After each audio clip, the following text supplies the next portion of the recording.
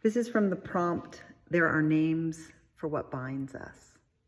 Love, grief, forgiveness, hope, the long history of back and forth believing in one another, or at least in ourselves, to keep fighting for the other. How I have had to borrow your courage sometimes, to just look at the world in the eye and not buckle. You are simpler than me. Take your coffee black. We'll eat at the same meal or the same restaurant every single day, never even considering that to complain would be an option.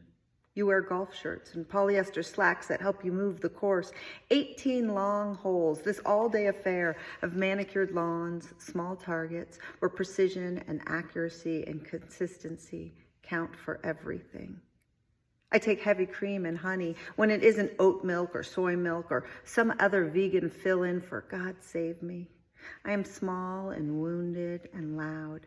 You are quiet and steady and sovereign. You prefer, I think, not to sweat the small or the large stuff. I am inside the stuff, shoveling on the coals, trying to get to the heart of the thing. You simply let it be. I try to imagine what binds us in this somehow perfectly unlikely and just as easily lucky friendship we call marriage, we call love, we call home.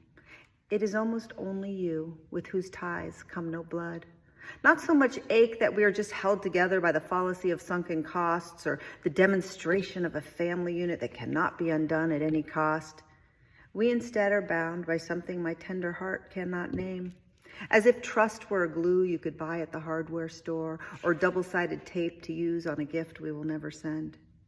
I am tied to your morning ritual.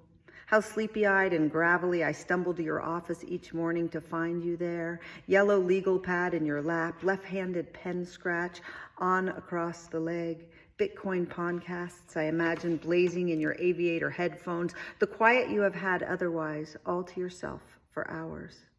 I am bumbly and impulsive and loathe routine, but you always greet me the same, as if you hadn't seen me for 100 days. The sing-songy, hey, Chew, that makes my bones weak, that makes me belong.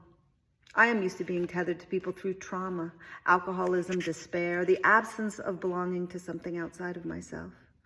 But you are quiet and simple and smarter than me in ways that don't make me feel less than. You know how to hold on to a thing whose nature is to flutter off and away, without leaving any handprints or echoes. Of course, we are bound by what we have made, both of us looking out our own windows, minding our own business, until we are tired and done and together.